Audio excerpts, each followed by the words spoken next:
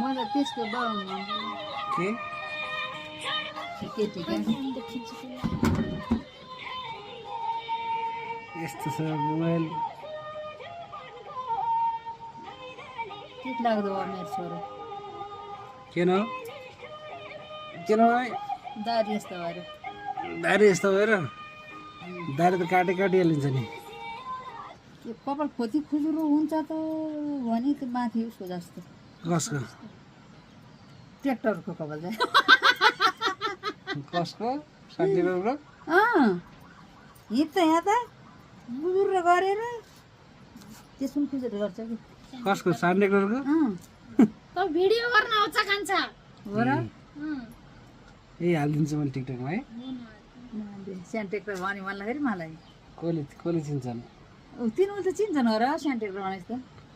सानो ट्र्याक्टर भनेको जोत्ने ट्र्याक्टर हो के हो के थाहा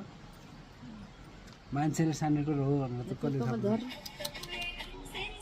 ए छोरा हेर त तेरो कपाल झर घुम्न जानु मन लागिरहेछ मलाई यो बर्खाभरि नजाऊ मेरो छोरा भनेको छु तेरि भाउजू पनि घुम्न जाने मन छ अनि तपाईँले म जानु हिँड्नुहोस् भन्छ पुष्पा नानीतिर एउटा गाडी भाडामा लगाएर जानुपर्छ क्या गाडी भाडामा लगाएर आफ्नो गाडी चाहिँ कसो गाडी भाडा हाम्रो छोडेर हाम्रो जान्न होला हाम्रो गाडीको मार्केट बिग्रिन्छ जस्तो लाग्छ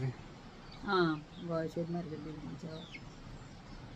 जाति स्टक छैन अनि उनी फेरि आज गएको फेरि के हो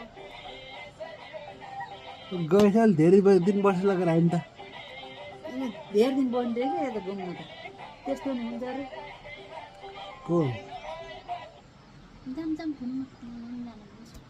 जाने गएपछि आज गयो होइन आज गयो एक दिन भएर लाग्छ त्यहाँ त्यहाँबाट त्यहाँ लाग्छ टाढा छ कि धेरै 2 दिन लाग्छ लगभग त्यहाँ जान पुष्पा आएको छ बसामा यसो फोटो दुख्यो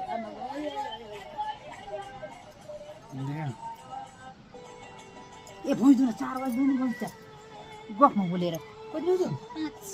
5 ए